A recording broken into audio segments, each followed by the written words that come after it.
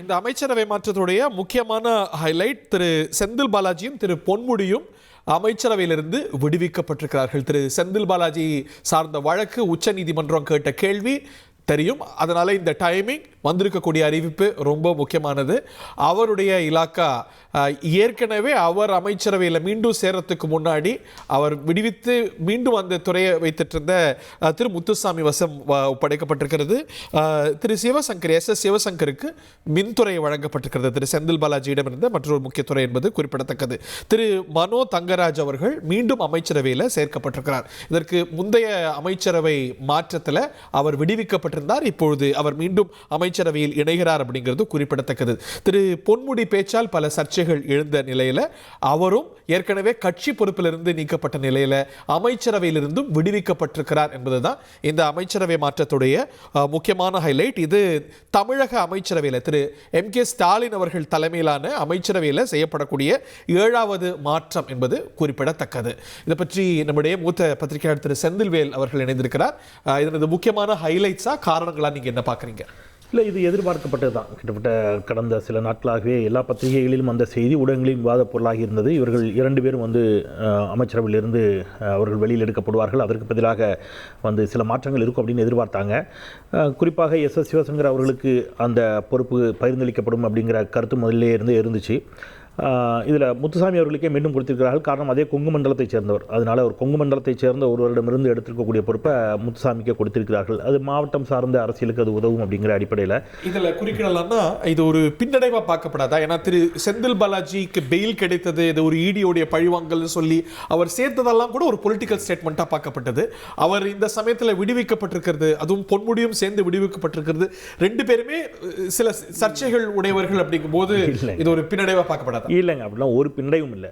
தமிழ்நாட்டில் முதலமைச்சரே ஊழல் வழக்கிற்காக இவங்க இன்னும் கன்விக்ட் ஆகலை. நான் சொல்கிறது, கன்விக்ட் ஆகியே ஜெயலலிதா அம்மையார் என்ன செஞ்சுருக்கிறாங்க, பதவியை ராஜினாமா பண்ணி OPS வச்சு ஆட்சி நடத்தியதெல்லாம் நாங்கள் இங்கே பார்த்துருக்குறோம். அதை விட முக்கியமாக நீங்கள் உங்களுக்கு நல்லா நினைவு இருக்கும்னு நினைக்கிறேன் ஹரி, வெற்றி பெற்ற பிறகு முதலமைச்சராக பதவியேற்க வேண்டும் என்று ஆளுநர் மாளிகைக்கு அவர் என்ன செய்கிறார், இவர் வெற்றி பெற்று விட்டார். ஆனால் வழக்கு இருக்குது, நான் பதவியேற்று வைக்க மாட்டேன்னு சொன்ன சர்ச்சையெல்லாம் இங்கே நடந்துச்சு. அது ஜெயலலிதா அவர்களுக்கு வந்துச்சு. ஸோ இந்த சர்ச்சையெல்லாம் நம்ம நிறைய பார்த்துருக்குறோம். அப்புறம் நீங்கள் இது கடந்த காலங்களில் அஇஅதிமுக ஆட்சியில் வெள்ளிக்கிழமை வந்தாலே அமாவாசை, ஆடி வெள்ளி, கடைசி வெள்ளிக்கெல்லாம் கூட அமைச்சர்கள் பயந்துட்டே இருப்பாங்க. இன்றைக்கி யாருக்கு மாற்றம் இருக்குமோ, எதுக்கு மாற்றுகிறார், ஏன் மாற்றுகிறார்னு தெரியாத அளவுக்குலாம் மாற்றங்கள் நடந்திருக்குது. ஸோ அது ஒரு பெரிய பின்னடைவுலாம் இல்லை. ஒரு அமைச்சரவை மாற்றுவதற்கான அதிகாரம் யாருக்கு இருக்கிறது, முதலமைச்சருக்கு இருக்கிறது. இந்த விவகாரத்தை பொறுத்தளவில் நீதித்துறை ஒரு கேள்வி எழுப்பியிருக்கிறது. அதில் எனக்கு நிறைய மாற்று கருத்து இருக்குது. அதை நான் ஒரு வரி வேணால் சொல்கிறேன். என்னென்னா, நீங்கள் ஜாமீனா அல்லது அமைச்சர் பதவியான்னு கேட்குறாங்க இல்லையா, எனக்கு அது புரியவே இல்லை. நீங்கள் அமைச்சராக நீடிச்சிங்கன்னா நீங்கள் சாட்சிகளை கலைத்து விடுவீர்கள். அதனால நீங்கள் அமைச்சர் பதவி ராஜினாமா பண்ணால், அம்மையார் ஜெயலலிதா அவர்கள் வழக்கு நடந்து கொண்டிருக்கிற பொழுது தான் முதலமைச்சராக இருந்தார். வழக்கு நடந்து கொண்டிருக்கின்றது. இப்பொழுது பிணையில் தான் இருக்கிறார். இப்போ ஜார்க்கண்ட் முதலமைச்சர் பிணையில் தான் இருக்கிறாரு, வேற மாநிலத்துல. பட் ஆனா இப்ப நீங்க செந்தில் பாலாஜி தரப்புல வைக்கப்பட்ட வாதமே நான் அந்த பொசிஷன்ல இல்ல அப்படினு சொல்லி சோ மிஸ்லீட் பண்ணிட்டீங்கங்கறதே கோர்ட்டுடைய வாதம். அப்படிலாம் பண்ணவே முடியாது. நீங்க உங்களுக்கு ஜாமீன் கொடுக்கலாமா இல்லையாங்கிறது மட்டும் தான் உங்களுடைய அதிகார வரம்பு. நீங்க அதுலயே என்ன சொல்றீங்க, ஜாமீனுக்கு என்ன காரணம் வச்சீங்கங்கறது. நான் இந்த வழக்குல இப்ப அவர் கன்விக்ட் ஆனார்னு வைங்க, ஒருவேளை செந்தில் பாலாஜி கன்விக்ட் ஆனார்னா அதிகபட்சம் 7 ஆண்டுகள், குறைந்தபட்சம் 3 ஆண்டுகள். ஜாமீன் கொடுக்கின்ற பொழுது நீதிமன்றம் என்ன சொல்லுச்சுன்னா, இந்த குறைந்தபட்ச தண்டனையில் 3/2 பங்கு நீங்க முடிச்சிட்டீங்க. கரெக்டா? அதிகபட்ச தண்டனையில் இப்போ நீங்கள் ஒரு குறிப்பிட்ட அளவு முடிச்சிட்டீங்க. கிட்டத்தட்ட 15 மாதங்களை என்ன செஞ்சார், அவர் சிறையில் இருந்ததுனால அவர் என்ன செஞ்சாங்க, சரி நாங்கள் உங்களுக்கு ஜாமீன் கொடுக்குறோன்னு கொடுத்தாங்க. நான் இப்போ இப்படி கேட்குறேன், ஒருவேளை இன்னும் ஒரு 2 வருஷம் கூட நீங்கள் அவர் உள்ளே வச்சிருக்கிறீங்க, வழக்கு தீர்ப்பு வருகின்ற பொழுது அவர் நிரபராதின்னு வந்துருச்சு. இப்போ அவர் உள்ளே இருந்த காலத்துக்கான இழப்பீட்டை யார் கொடுப்பா? ஸோ ரைட் இல்லைங்க, அப்படி கிடையாது. ஜாமீன் அப்படிங்கிறதுங்க சட்டம் கொடுத்துருக்கக்கூடிய ஒரு உரிமை. இப்போ நீங்கள் இவருக்கு ஹேமந்த் சோரனுக்கு என்ன பண்ணீங்க, இப்போ ஹேமந்த் சோரன் ஜாமீனில் இருக்கிறார், வெளியில் வந்தோன்னா முதலமைச்சராக பதவியேற்றாரா இல்லையா? அவர் சாட்சியை கலைச்சிட மாட்டாரா? அஜித் பவார் சாட்சிகளை கலைக்க மாட்டாரா? அஜித் பவாரை நீங்கள் துணை முதலமைச்சர் ஆக்கி வச்சிங்களே பாஜக. ஸோ இந்த சாட்சிகளை கலைத்து விடுவார் அப்படிங்கிறது இருக்குல்ல, நீங்கள் அமைச்சர் பதவியை வச்சு தான் கலைக்க முடியும். நான் இன்னொன்று எனக்கு அந்த வழக்கில் செந்தில் பாலாஜி வழக்குங்கிறது நான் சொல்கிறேன், அவர் வீட்டிலேருந்து ஒரு பென்ட்ரைவை கைப்பற்றினாங்க. 2015 உள்ள வழக்குங்க. இன்னைக்கு வருஷம் என்ன, ரைட், 2015 அவர் அஇஅதிமுக அமைச்சராக இருந்த பொழுது தொடரப்பட்ட வழக்கு. அப்போ திமுக தான் போட்டுச்சு. அப்கோர்ஸ் எனக்கு அதெல்லாம் மாற்று கருத்து இல்லாத, அரசியல் ரீதியாக எந்த கட்சியாக இருந்தாலும் அதை தான் பண்ணுவாங்க. அது ஒரு தனி வாதம். நான் என்ன கேட்குறேன், அவர் அப்போ உள்ள ஒரு பென்ட்ரைவில் எல்லாத்தையும் பத்திரமா வச்சிருந்தாராம். யார் யார்கிட்ட பணம் வாங்கணும், யார் யாருக்கு வேலை கொடுக்கணும், பென்ட்ரைவ் வச்சுருந்தா அந்த பென்ட்ரைவரை 10 வருஷம் கழிச்சு இவங்க கைப்பற்றாங்களாம். ஏங்க 10 வருஷமா ஒருத்தர் பென்ட்ரைவை பத்திரமா வச்சிருந்தவர் சாட்சி கழிச்சிருவாரா? எனக்கு புரியவே இல்லை. இது முதல்ல ஒருத்தர் அப்படி பென்ட்ரைவில் போட்டு வைப்பாரா எல்லாத்தையும்? இது சின்ன பிள்ளை நம்புமா இந்த கதையெல்லாம்? இல்ல பலர் வந்து இது வித்ரா பண்ணது அதெல்லாம் பார்த்தோம். இல்லைங்க, நான் சொல்றேன், நீங்க நான் நடந்த விஷயத்த சொல்றேன். அவர் பென் டிரைவ்ல வச்சிருந்தாரு, அது கிடைச்சிருச்சுங்கிறாங்க. நீங்க வந்து ஒரு பென் டிரைவ்ல போட்டு 10 வருஷமா பத்திரமா வச்சிருப்பாங்க, எதுக்கு இடி வர்ற வரைக்கும்? அப்படியா? இதெல்லாம் என்ன மாதிரியான லாஜிக்? சரி, நீங்க வந்து ஒரு விஷயம் முடிவு பண்ணிட்டீங்க, இந்த அரசு என்ன பண்ணுது, நாங்க இப்ப நீங்க பாஜக சோ அததான் பிரியம் பண்ணிருக்கீங்க நினைக்கிறீங்களா? அந்த சட்ட சவால்களை பிரியம் பண்ணி நீங்க வந்து மனோ தங்கராஜ் சேர்ப்பு எப்படி பாக்குறீங்க? மனோ தங்கராஜ் நம்ம இதுல ஒரு பேட்டர்ன் பாக்குறோம். திரு நாசரும் நீக்கப்பட்டார், சேர்க்கப்பட்டார். மனோ தங்கராஜும் நீக்கப்பட்டார், சேர்க்கப்பட்டார். இதுல திரு ஸ்டாலின் சொல்லக்கூடிய மெசேஜ் இல்ல, நீங்க மனோ தங்கராஜ் நீக்கப்பட்டதற்கு சேர்க்கப்பட்டதற்கான காரணம் என்னன்னு நம்ம யாருக்கும் உறுதியா தெரியல. ரெண்டுமே சிஎம் உடைய முடியுது. ஆனா நாசர் அவர்களுக்கு கூட சில காரணங்கள் சொல்லப்பட்டுச்சு. அதாவது மாவட்ட அரசியல் சார்ந்து, உட்கட்சி அரசியல் சார்ந்து சில விமர்சனங்கள் அவர் மீது எழுந்ததாக ஒரு காரணம் சொல்லப்பட்டுச்சு. நீக்கப்பட்டார், திருப்பி சேர்க்கப்பட்டிருக்கிறார்.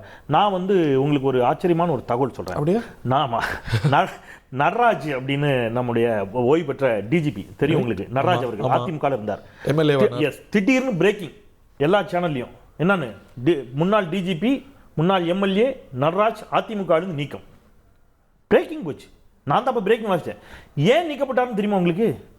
ஒரு தனியார் தொலைக்காட்சியில் சென்னை பெருமழை வெள்ளம் தொடர்பாக ஒரு போனோ போறாங்க. அந்த போனோல நடராஜன் வேற ஒரு சூழலியலாளர் வந்து பேசுறாரு. அந்த நடராஜுக்கு பதில் அங்க இருந்த டெக்னிக்கல் டீம் தவறுதலா என்ன பண்ணிட்டாங்க, இந்த நடராஜோட போட்டோ வச்சுட்டாங்க. ஒரு தவறுதலா போட்டோ வச்சதுக்கெல்லாம் இங்க நீக்கம் பண்ணப்பட்ட காமெடியெல்லாம் இங்க நடந்திருக்குது. இது அதனால அதல்ல, இன்னைக்கு அவர் நீக்குவதற்கும் சேர்ப்பதற்குமான அதிகாரம் முதலமைச்சருக்கு இருக்கிறது, சேர்த்திருக்கிறார்.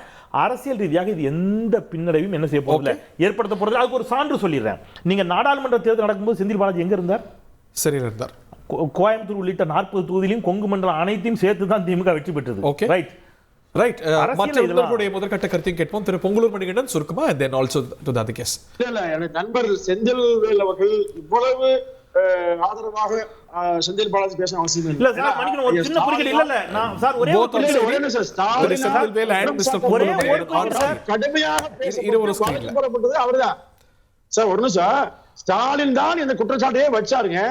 அவர் சிறைக்கு போக காரணமே அவ ஏன் வந்து அவ கட்சி சேர்த்தீங்க? ஒரு வார்த்தை தான் சார், நான் நிறைய எடுத்துக்க மாட்டேன். ஊழல்வாதியே கட்சியில் இல்ல சார், திமுக நல்ல கட்சி தான். ஒரு வார்த்தை தான் நான் உங்க பிரதர், ஒரே ஒரு வார்த்தை தான் நான் திருப்பி சொல்றேன். செந்தில் பாலாஜி நிரபராதி என்றோ செந்தில் பாலாஜி குற்றவாளி என்றோ நான் எந்த இடத்துலையும் வாதம் வைக்கல. அவர் நிரபராதி, குற்றமே செய்யல, அந்த வாதத்தையும் வைக்கல. அவர் குற்றவாளிங்கிற வாதத்தையும் நான் வைக்கல. அது நீதிமன்றம் முடிவு செய்ய வேண்டியது. நான் அதுக்குள்ள போவே இல்லை. நான் எங்கேயாவது சொன்னா அவர் நிரபராதி அல்லது குற்றவாளி என்று நான் ஒண்ணே ஒண்ணு தான் சொன்னேன் சார். நீ ஒரு வார்த்தை தான் சார், ஒரு வார்த்தை தான், ஒரே ஒரு வார்த்தை சார்.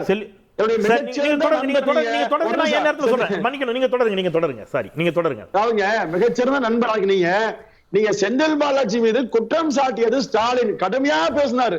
ஒரு மாவட்டத்தையே கட்டுப்பாடு வச்சுக்கிறார் பேசினாருங்களா? அவர் தம்பியே 1.5 வருஷமா ஏன் கைது செய்ய முடியல? இது யாரு காரணம்? அப்போ இந்த தவறை வைத்திருக்கிற திமுக அதிமுக தவறு செஞ்சாருன்னா கட்சியை கேட்டீங்க, ஏன் எம்எல்ஏ ஆக்குனீங்க, ஏன் மாவட்ட பொறுப்பு கொடுத்தீங்க, ஏன் அமைச்சர் ஆக்குனீங்க? இந்த தவறை செய்த திமுக குற்றவாளி இல்லையா? அப்போ குற்றவாளி ஸ்டாலின் தான். குற்றவாளி ஸ்டாலின். அந்த ஸ்டாலின் எந்த வார்த்தைகளை கேர்ஃபுல்லா யூஸ் பண்ணுங்க. வார்த்தைகளை கேர்ஃபுல்லா யூஸ் பண்ணுங்க. குற்றம் செஞ்சது நான் ஏன் சொல்றேன்னா சார், இல்ல அவர் மீது குற்றவாளி நீங்க, நான் சொல்ல, ஸ்டாலின் தான் பேசினாரு. கரூர்ல குடித்தலை வந்து படுமோசம் பேசினாரு. பேசிட்டு அவரே வந்து நல்லவர் வல்லவர் சொன்னா எந்த விதமான அரசியல் இது சார்? அதிமுக சொல்றீங்களா? அப்ப இந்த தவறை செய்த திமுக முழு பொறுப்பு சார். மணியண்ணா சார், உங்களுக்கு தெரியாதல்ல, நான் அந்த வார்த்தை எங்க கண்ணிய குறைவான நடத்தினால இந்த அவையில பயன்படுத்த விரும்பல. நான் ஒரு வாதம் மட்டும் வைக்கிறேன். மறைந்த மரியாதைக்குரிய, நான் என்றைக்கும் தனிப்பட்ட முறையில் மரியாதை வைத்திருக்கக்கூடிய மறைந்த முதலமைச்சர் மரியாதைக்குரிய அம்மையார் செல்வி ஜெயலலிதா அவர்களை பற்றி டிஎச் பாண்டியன் என்ன சொன்னார்? காளிமுத்து என்ன சொன்னார்? அவங்க எல்லாம் திருப்பி சேர்த்துக்கிட்டாங்க. ஜெயலலிதா குற்றவாளியா? அரசியல் இல்ல சார், அரசியல் ஒரு திருமதி வி கே ஒரு வார்த்தை சார், ஒரே ஒரு வார்த்தை நீங்க இப்படி கேட்கறதுனால சொல்றேன். இதே திரு எடப்பாடி இல்ல சார், இதே திரு எடப்பாடி கே பழனிசாமி அவர்கள் தான் மரியாதைக்குரிய திருமதி வி கே சசிகலா அவர்களை நேரில் சந்தித்து நீங்கள் பொதுச் செயலாளராக நீடிக்க வேண்டும் என்றார். நான் மற்றவங்க மாதிரி தரம் தாழ்ந்த விமர்சனங்கள் வைக்க மாட்டேன், உங்களுக்கு தெரியும். நான் மற்ற விமர்சனங்களுக்குள்ள போகல. ஆனா நான் ரொம்ப கவனமாக வார்த்தை பயன்படுத்துறேன். நீங்கள் பொதுச் செயலாளராக வேண்டும் என்று சொன்னவர் அவர். அவரை முதலமைச்சராக்குவதற்கு இவரும் கையெழுத்திட்டார். இன்னைக்கு வந்து சசிகலாவோடு முரண்படலையா? சார், அரசியல் முரண்பாடுகள் என்பது வேறு. நம்ம தனியாக என்னுடைய வாதம் முழுக்க எந்த இடத்துல தெரியுமா? ஒரு நிமிஷம் சரி, பின்னோக்கி போகாதீங்க, முன்னோக்கி வாங்க. இப்ப வந்து செந்தில் பாலாஜி நீக்கப்பட்டார். இல்ல அப்படி சொன்னா கருணாநிதி, இல்ல அவர் சொன்னா கருணாநிதி அவர்களை முதலமைச்சர் எம்ஜிஆர் அவர் கேட்கிறாரு சார் இதெல்லாம் ஓவர் சார். கட்சியிலே இருக்காரு சார். கலைஞர் இல்ல, அது மனோகரன் வந்து நீ எம்ஜிஆர் தான். அரசியல்ல உயர்த்தி கொண்டு வந்து யாருங்க? சார், கருணாநிதி, எம்ஜிஆர் அண்ணாவையே ஹீரோ ஆக்கி உயர்த்தி சரி, ரெண்டு கொண்டு பேரும் கிபி கிமு காலத்துக்கெல்லாம் பொறுத்துக்கு முன்னாடி மற்ற விருந்தினர்களையும் கருத்து கேட்க ரைட் இப்ப ஃபைன். செந்தில் பாலாஜியுடைய யதார்த்தமான விஷயம் இருக்காங்க. Okay. செந்தில் பாலாஜியை புனிதாக்கிய திமுக செய்த இல்ல தவறு. நான்